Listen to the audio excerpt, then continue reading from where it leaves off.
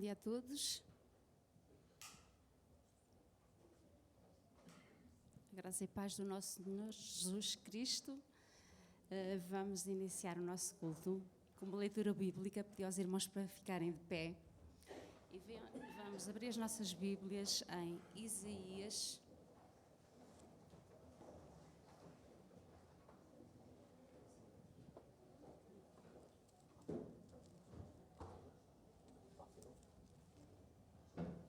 No capítulo 52 e versículo 7.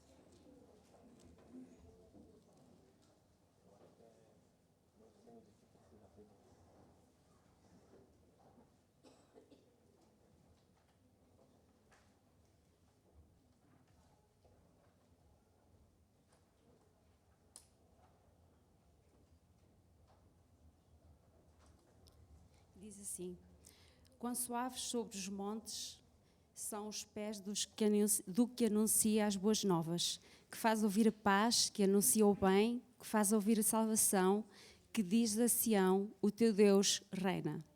E agora queria pedir também aos irmãos para abrirmos em Romanos.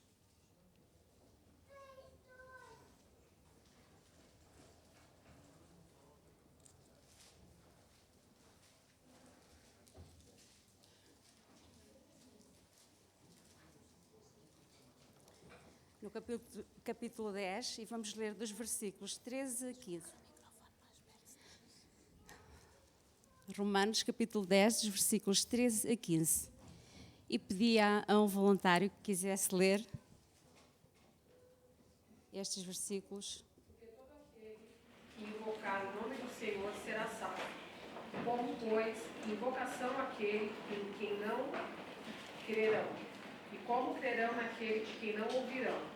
E como ouvirão, se não há quem pregue? E como pregarão, se não forem enviados? Como está escrito: quão formosos os pés dos que anunciam a paz, dos que anunciam coisas boas. Como diz esta palavra, e também naquele versículo que lemos em Isaías, somos chamados a levar as novas do Evangelho, a levar a salvação. E todo aquele que crer e declarar que o Senhor é Deus será salvo. Mas como podem crer, como podem declarar se não ouvirem falar dele, se não conhecerem?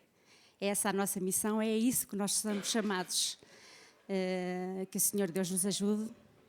E o corinho que nós vamos iniciar é uma oração, que precisamos de Deus, que Deus nos toque, que nos chame, que dê um chamado, porque acredito que todos nós temos um trabalho específico para fazer na obra do nosso Deus. Amém? Vamos ficar de pé e vamos louvar a Deus.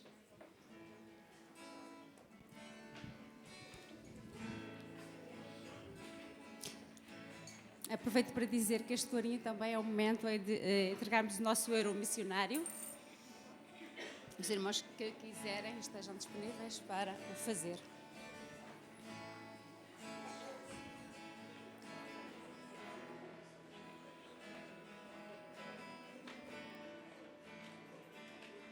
Venho a ti me confessar, para minha alma descansar. Sem tuas mãos perdido estou, guia-me por teu amor, ó Senhor, de ti preciso mais e mais preciso, meu defensor, justiça.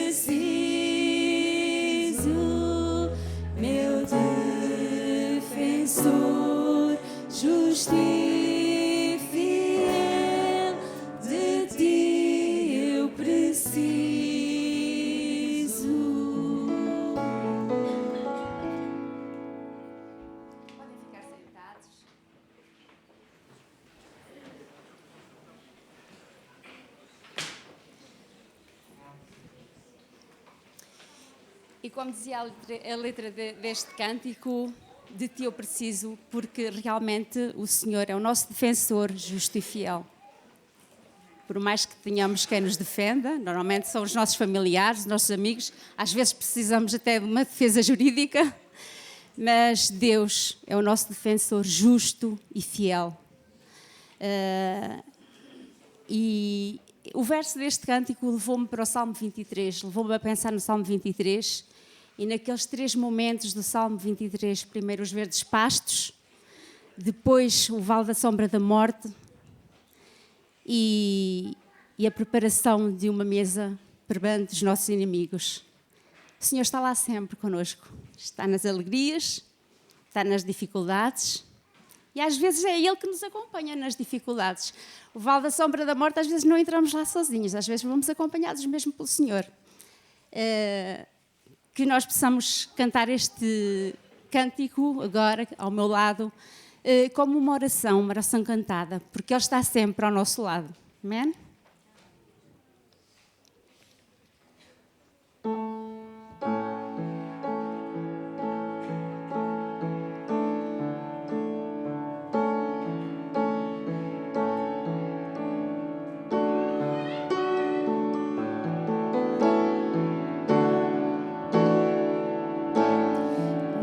Pastor é o Senhor Deus, na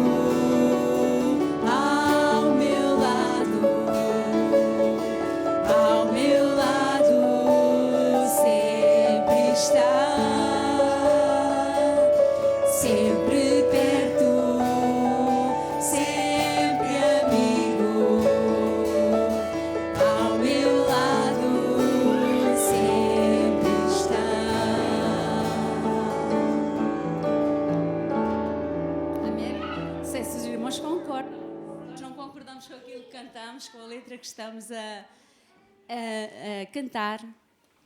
É um poema, quase, as músicas são poemas sem convicção, que realmente nós acreditamos mesmo que é o Senhor que está sempre ao nosso lado. Queria convidar os irmãos, foi uma primeira vez que ouviram, a repetirmos novamente este corinho e agora com mais entusiasmo.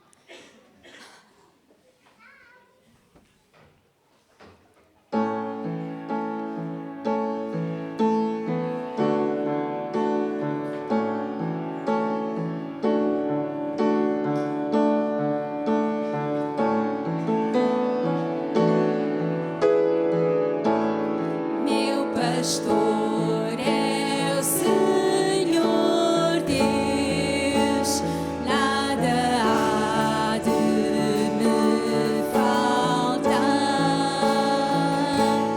Faz-me andar em segurança e ao meu lado sempre está. Por amor do seu nome, oferece sua paz. Posso estar tranquilo, pois eu sei, ao meu lado sempre está. Ao meu lado, ao meu lado, ao meu lado sempre está, sempre perto, sempre amigo. Ao meu lado sempre está. Mesmo quando atravesso noites frias, dor e o mar, tenho paz, pois sei que o meu pastor ao meu lado sempre está. Ao meu lado, ao meu lado,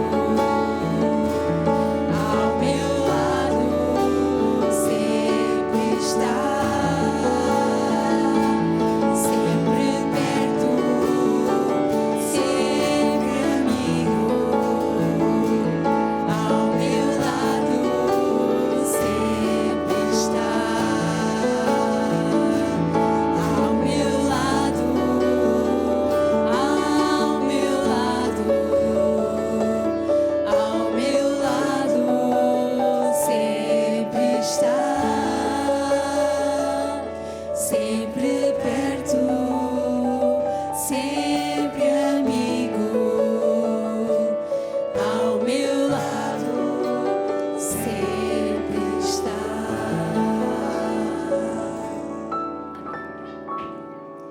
Bom, chegou o momento de eu pedir colaboração dos irmãos que vão levantar a oferta e vamos cantar o hino 410, salve o cantor cristão. Quem está de visita não se sinta obrigado a contribuir. E os membros contribuam com aquilo que sentirem no vosso coração, porque é um dever da igreja, não é? Assegurar as despesas e tudo o que ajuda a que a obra do Senhor avance. Por isso, vamos levantar a nossa oferta com o hino 410, cantor cristão.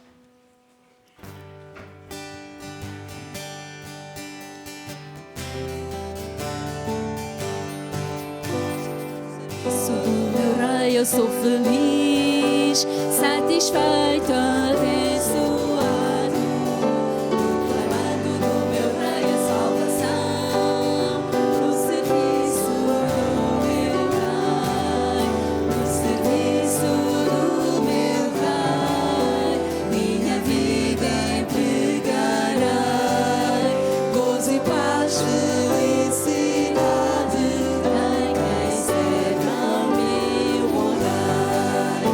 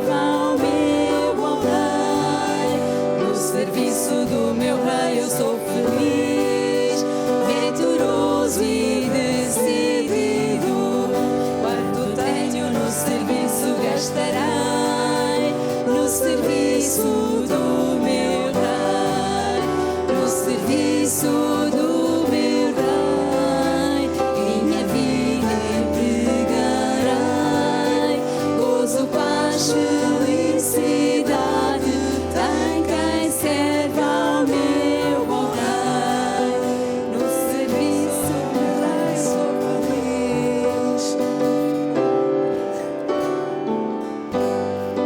A última estrofe e o coro falhou-nos ali a letra. Então vamos à última estrofe e o coro, sim? Estrofe. No serviço do meu Rei eu sou feliz, venturoso e decidido. Quanto tenho no serviço gastarei, no serviço do meu Rei, no serviço do meu Rei, minha vida empregarei, gozo, paz, felicidade, tem quem serve ao meu bom Rei. Pedimos o coro. No serviço do meu Rei, minha vida empregarei, gozo, paz, felicidade, tem quem serve ao meu bom Rei. Amém. Irmão Rogério, uma palavra de gratidão, se faz favor. Nosso Deus, nosso Pai, nós mais uma vez te agradecemos o privilégio que nos concedemos, estamos aqui reunidos em teu nome, Senhor Deus. Obrigado, ó Deus, pelo teu povo que se reúne aqui em teu nome, Senhor, para te louvar, para engrandecer, para aprender mais de ti, Senhor.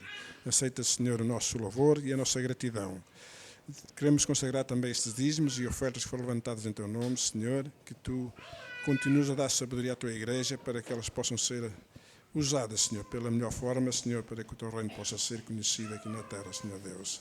Prepara, Senhor, os nossos corações para ouvir a palavra que o teu Senhor vai expor, Senhor, e que cada um de nós, ó Deus, possa querer a cada dia fazer mais e mais a tua vontade. Oramos em nome do teu amado Filho, Senhor Jesus Cristo. Amém. Chamo o nosso amado pastor para expor a palavra. Eu quero só recordar, irmãos, que neste mês de missões nós enfatizamos a importância de 3 momentos: de orar por missões, de contribuir para missões e de nos envolvermos, de irmos para missões. E felizmente que a nossa compreensão de missões hoje é muito diferente. Eu digo felizmente porquê? Porque se perdeu a ideia de que o missionário tem de sofrer.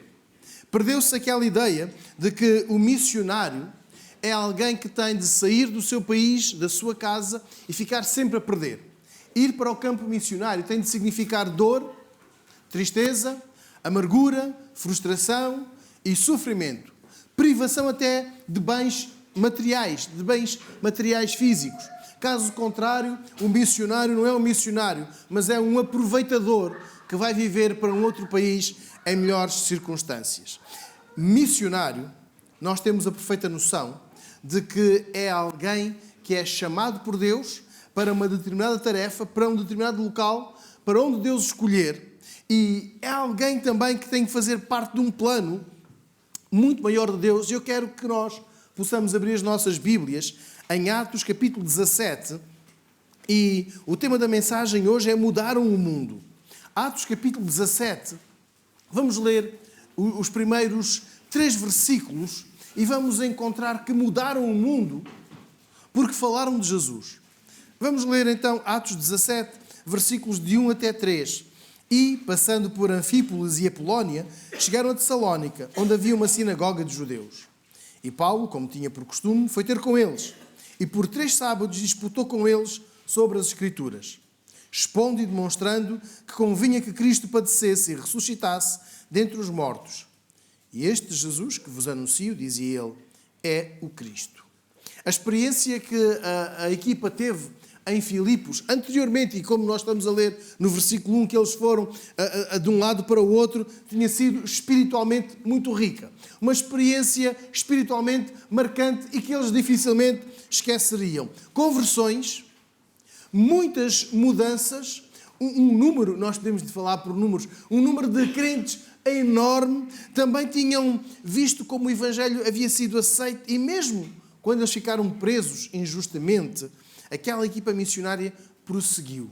E olhamos agora para o texto. Eles chegam a Tessalónica, e esta é uma cidade muito importante do Império Grego. Eles tinham vindo de uma das mais influentes cidades, Filipos, e estavam agora numa outra cidade, Tessalónica, uma cidade grande, que outrora no Império Grego, e então no Império Romano, era uma cidade fundamental, quer em termos de cultura, quer em termos de comércio, e diz-nos o texto bíblico, se nós olharmos aqui para o versículo 1, havia uma sinagoga de judeus.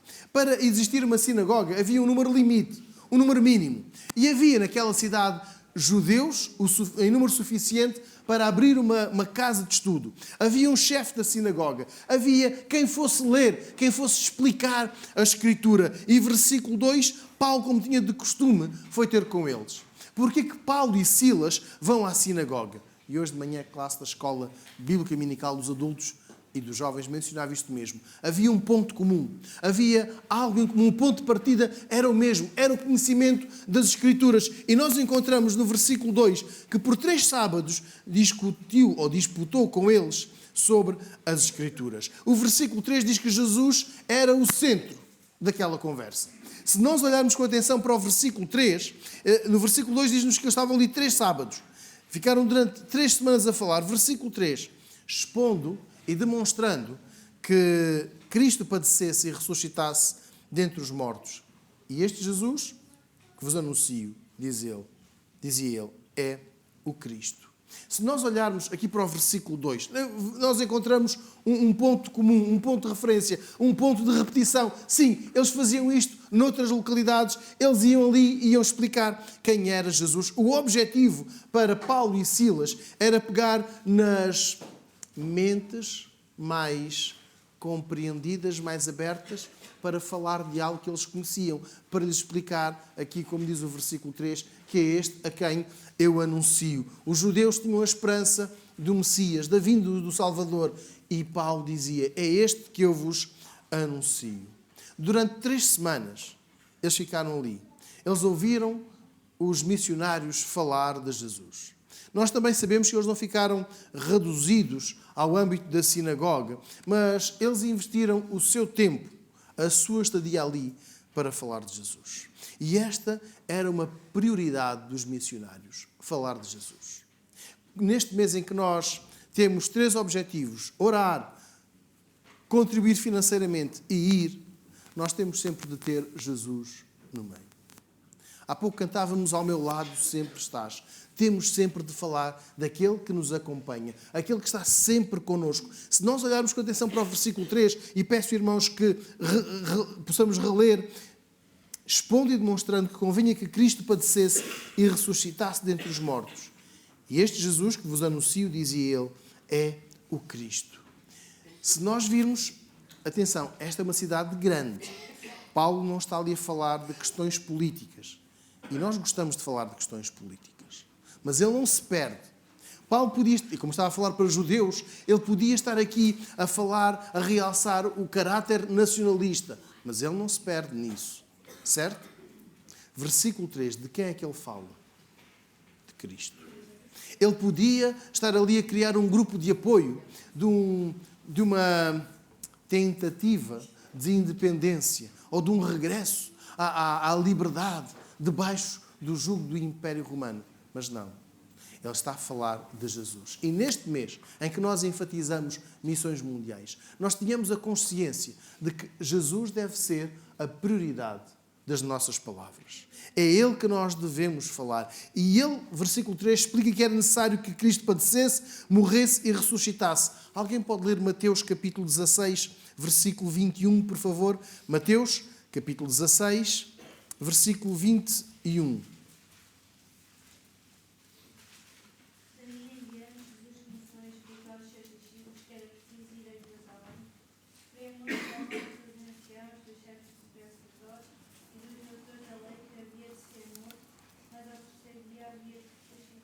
Obrigado. Pois é, a dupla de missionária, Paulo e Silas, estava a levar a mensagem de Jesus. Irmãos, os missionários, repito, que não têm de sofrer, não têm de padecer, não têm de ficar dias sem comer ou ter só um pão para todo o dia. Os missionários não têm de viver muito bem, não têm de ser isto e aquilo. Os missionários têm de falar de Jesus. Os missionários não se podem perder, porque a audiência, o auditório favorece questões políticas, questões nacionalistas, questões de perspectiva nossa, nem tão pouco de criar mitos.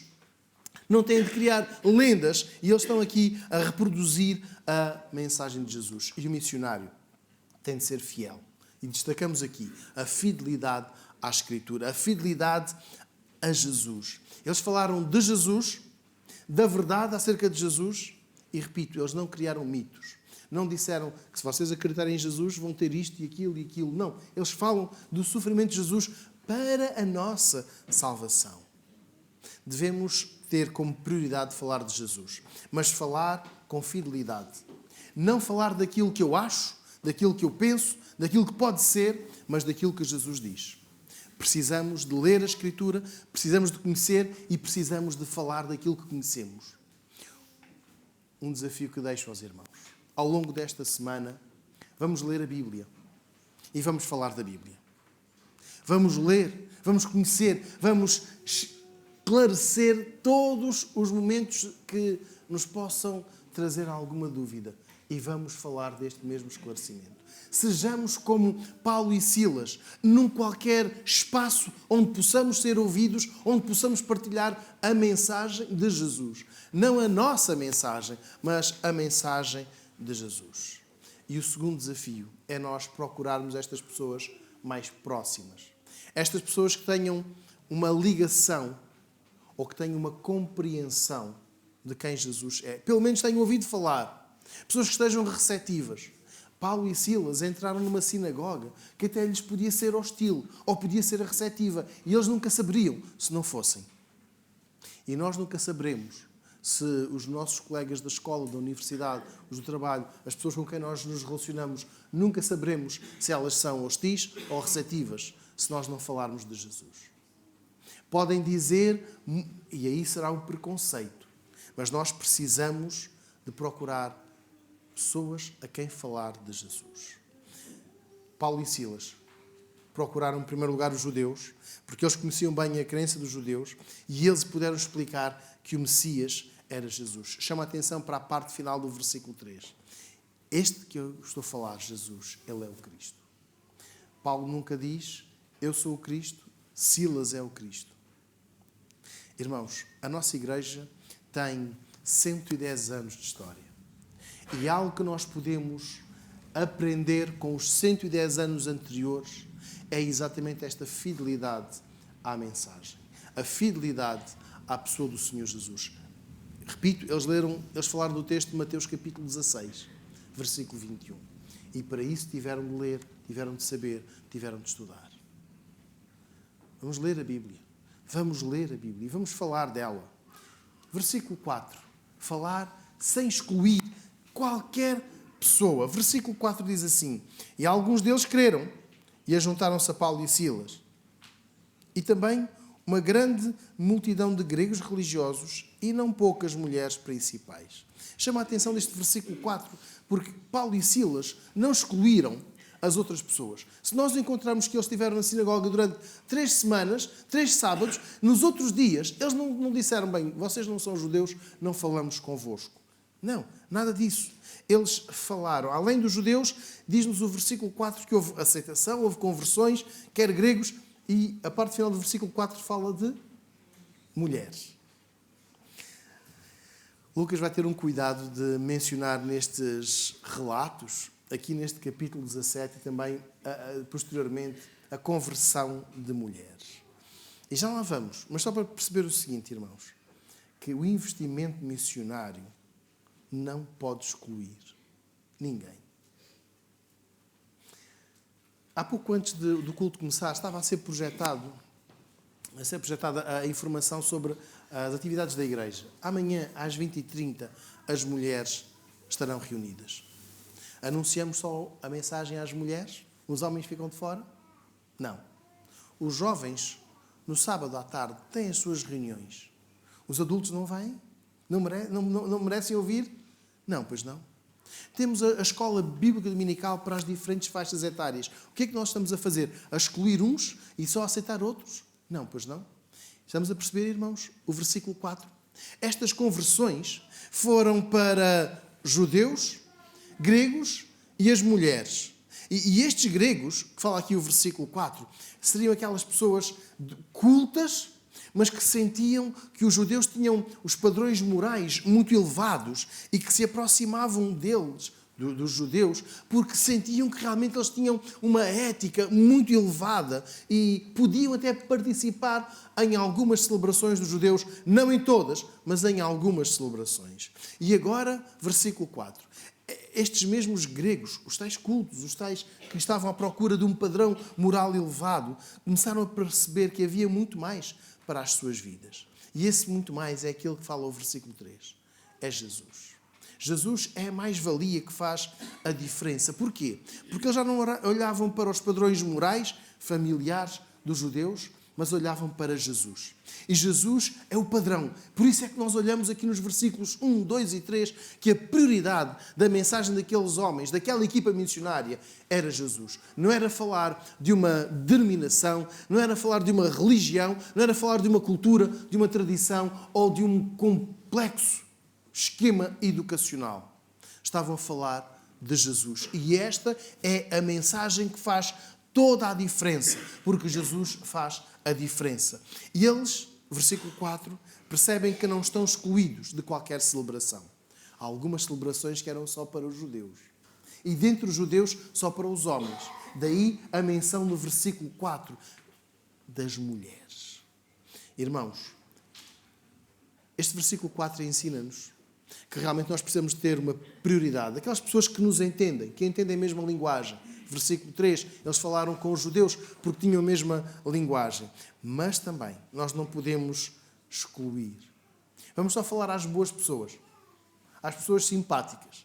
Às pessoas tão boas, que só falta conhecer Jesus. Só falta conhecer Jesus.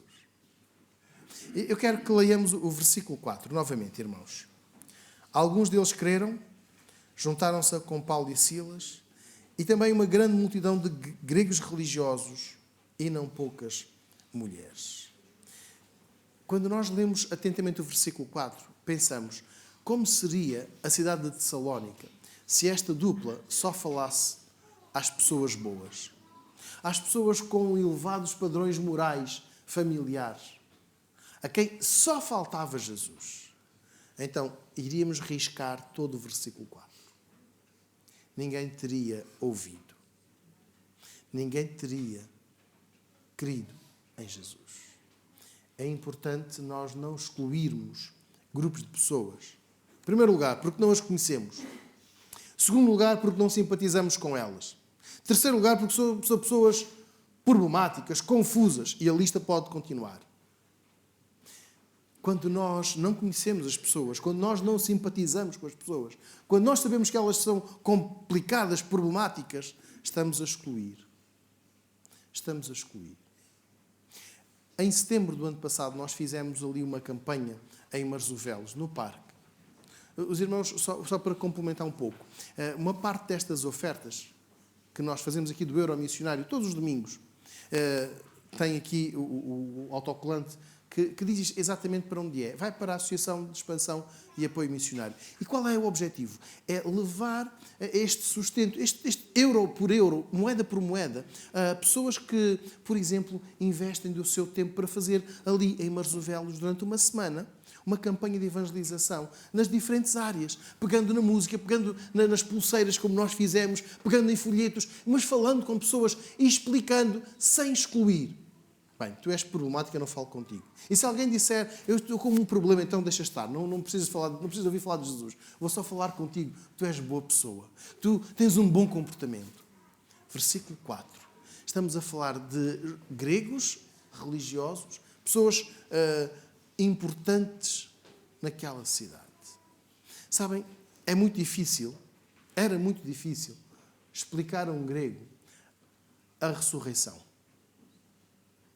Os gregos acreditavam que quando a pessoa morre. Uns acreditavam na imortalidade da alma.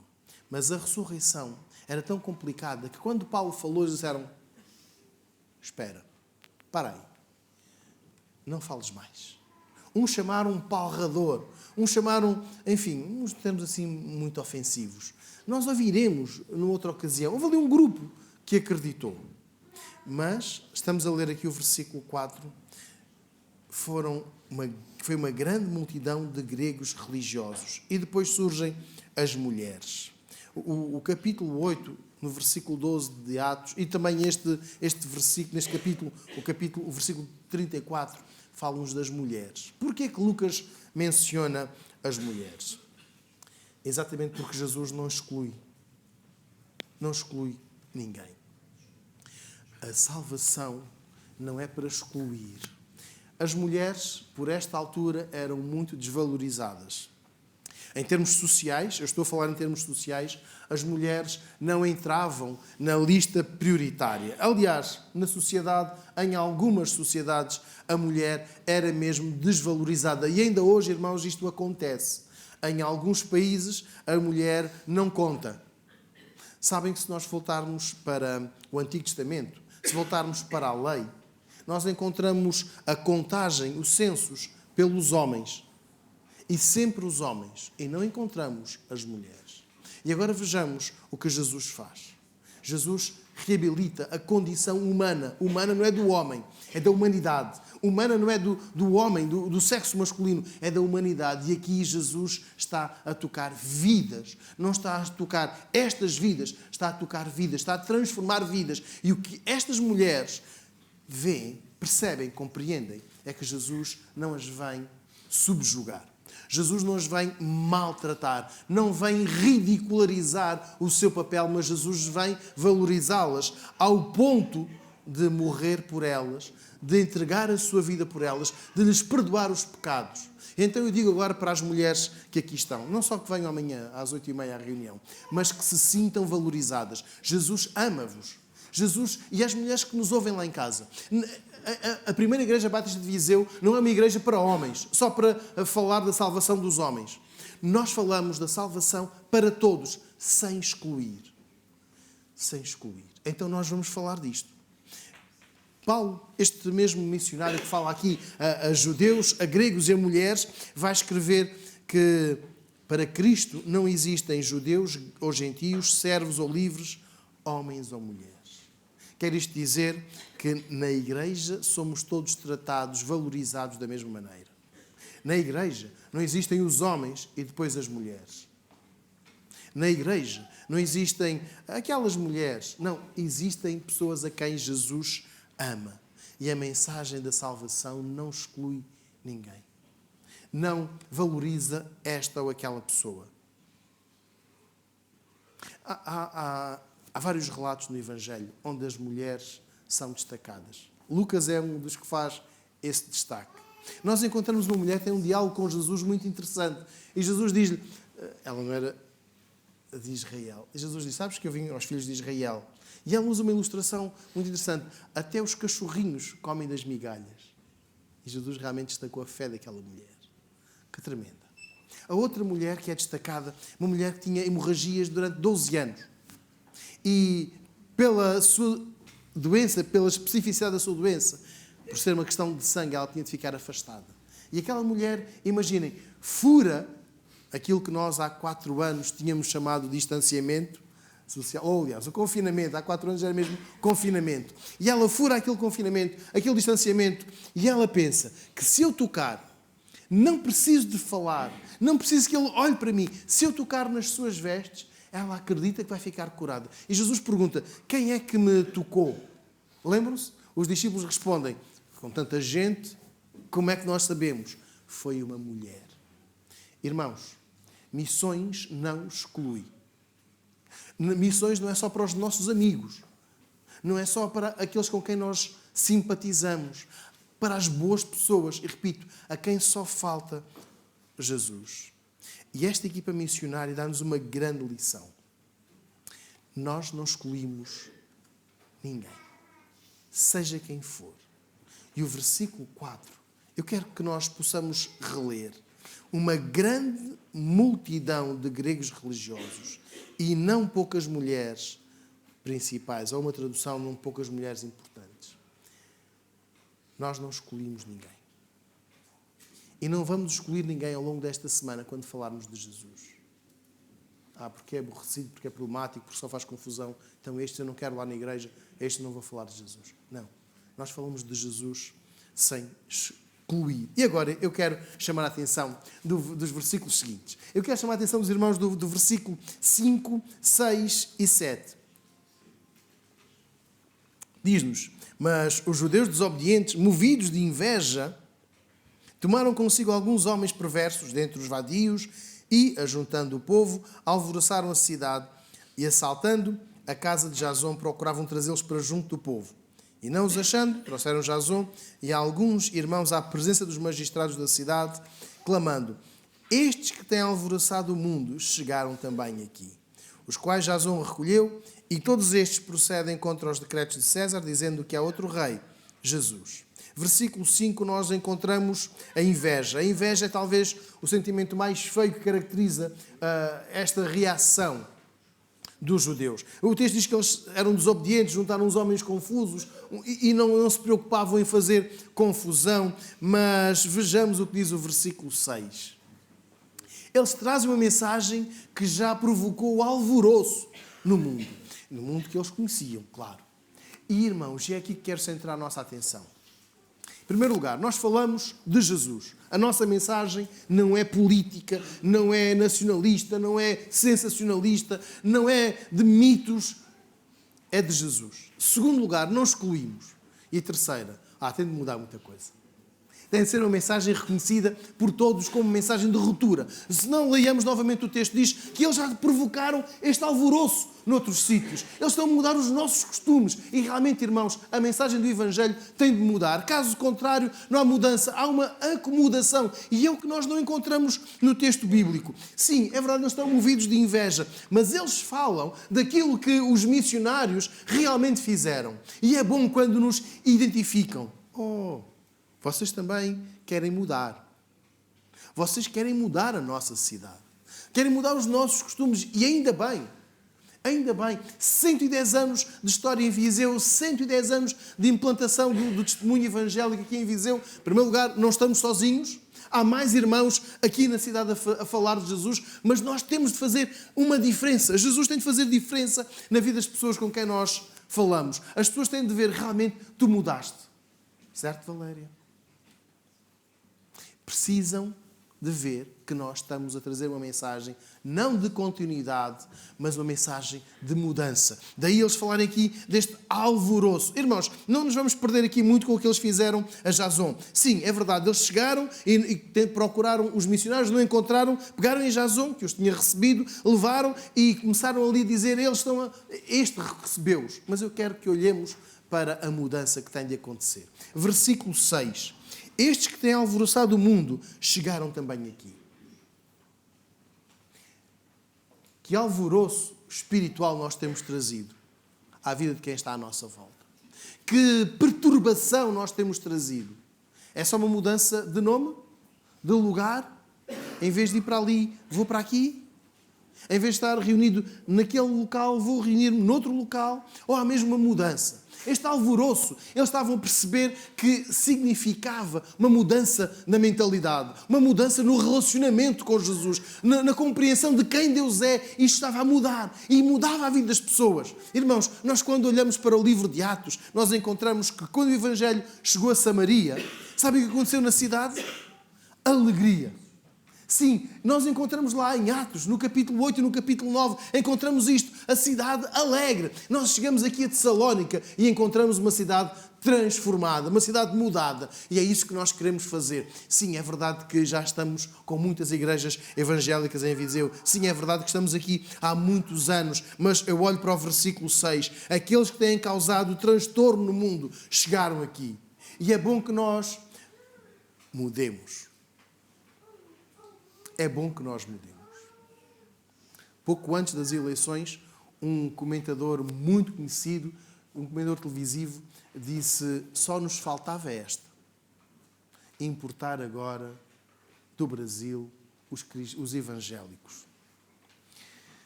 Venham do Brasil, venham de onde vierem, são todos bem-vindos. Para transformar o mundo, são todos bem-vindos.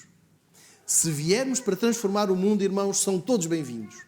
Se nós viermos para transformar Viseu e deixarmos cair uma cidade idólatra, se viermos para Viseu e deixarmos cair uma cidade da superstição, uma cidade da tradição, e falarmos de Jesus, versículos 1, 2 e 3, se nós viermos transtornar esta cidade, será ótimo. Será uma vitória. Mesmo que haja poucos a acreditar, mesmo que haja muitos a crer, nós não estamos focados em números, estamos focados em mudar.